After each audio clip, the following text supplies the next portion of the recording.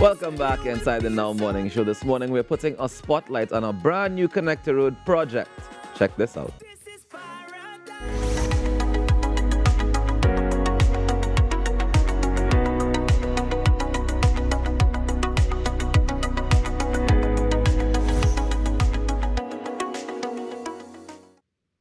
The Friendship Storbay Connector Road project has brought some new traffic changes to the Kilwin intersection. And joining us this morning to share more is Atiba Martin, the manager of the Engineering, Corporation and Design.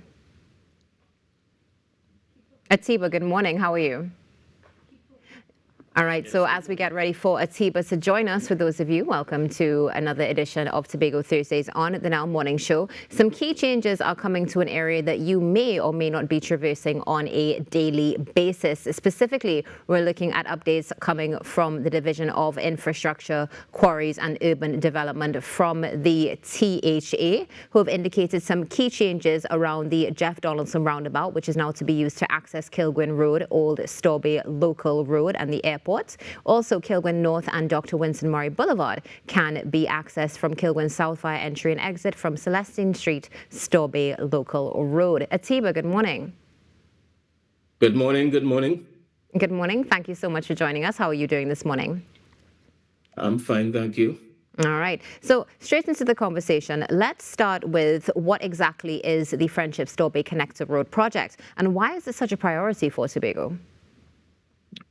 Okay, the Friendship Connector project is part primarily of a larger concept of supporting the new airport terminal that has been relocated from where it is currently in Crown Point to closer to Canaan area. Well, essentially Crown Point as well, but more closer to the Canaan district. And this connector road envisages to connect passengers and commuters from the Chauvin intersection and take you straight into the airport area instead of using the Milford Road, which is currently used and is, we would say, is generally oversubscribed and plagued by traffic congestion and so on. So that is the main vision behind having this road. In addition to that, that area of real estate has significant or has been earmarked for significant economic projects that the division of, the Tobago House of Assembly is going to earmark or engage in the coming few months and years to come. So from that, we hear, of course, that it's fitting into the bigger vision. And given the area that we see the development, we know that it's going to increase or at least make it easier, not just when it comes to daily life, but for tourists as well. One of the things that also has been surrounding this conversation is it comes to budget. We've heard a cost in the millions of dollars. What were the biggest factors in getting this off the ground and having the road built? Well, in terms of the biggest factors in terms of getting this project off the ground was, I would say, dealing with the land ownership issues and so on. There were some negotiations that had to be entered into, to make sure that the path could be cleared. Even though the THA owns a substantial part of the estate, there are some private lands that incident to the project, and so had to be some land acquisition had to take place. Additionally, as you would know, there was a situation that emerged with the Environmental Management Authority and the need for a CEC clearance that caused a disruption in the project. But I would say the main issue that was critical to getting the project going would have been the land ownership issues and so on. And of course, the THA also doesn't have the best funding, but we got around that with the design, build, finance mode of project procurement. Yeah, well, being able to maneuver is definitely a step to success, which we've seen with this being built. Atiba, as an engineer, let's speak about what you would say perhaps were some of the toughest parts of building this. Was it the terrain, the drainage, or just managing it overall in a whole? I would say, and I wouldn't even call it tough, but I mean, I would say it was just ambitious, and we got through it successfully. I would say physically, the terrain, there were some aspects of the terrain that were a little challenging. There's a significant gorge that traversed the area, and we did a lot of filling in order to get the road level. And there's a bridge that marks that location.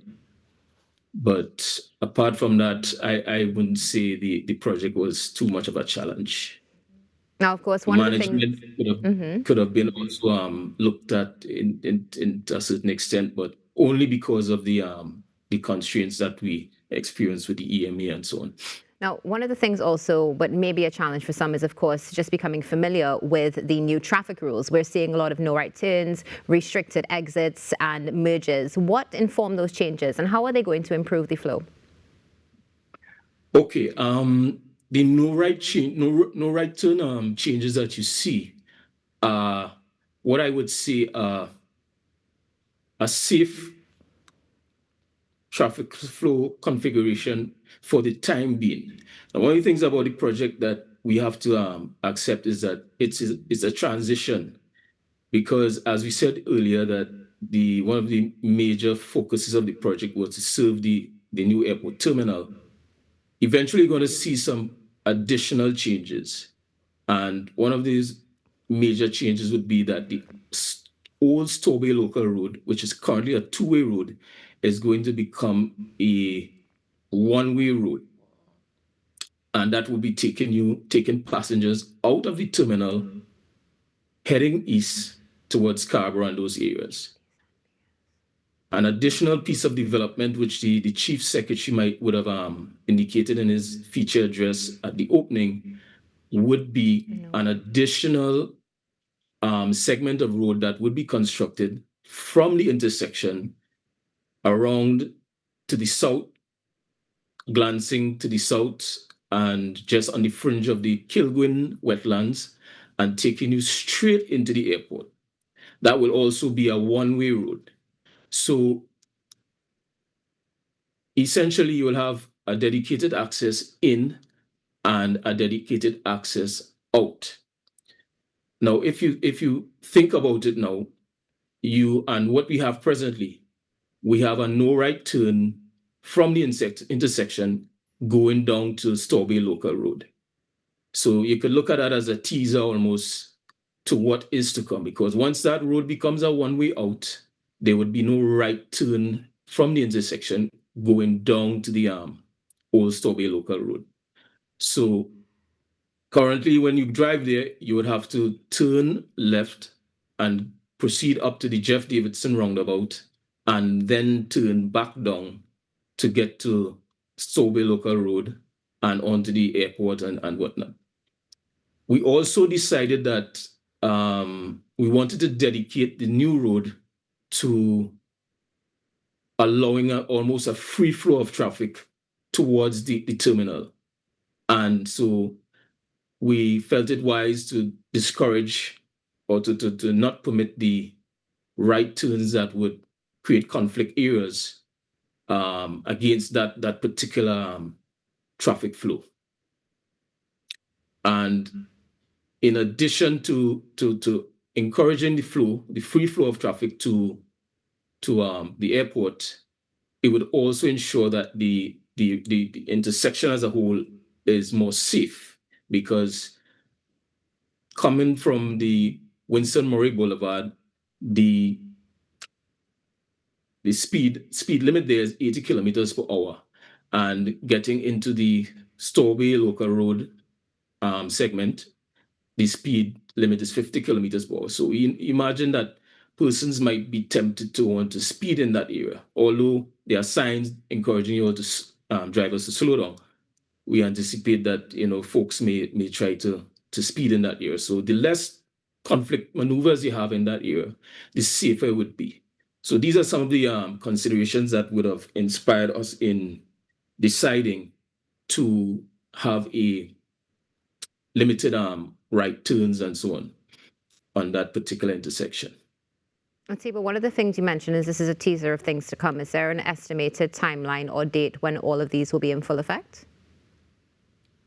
Not specifically, but I would say this, that the plan is to work closely with the commissioning and full operationalization of the airport. So we'll be in close conversation with NITCO and the airport authority to ensure that all of this works in tandem and everything comes together perfectly, so that once the full swap to the new terminal is effected, hopefully these road infrastructure would be in place, or we will be close to having them fully in place.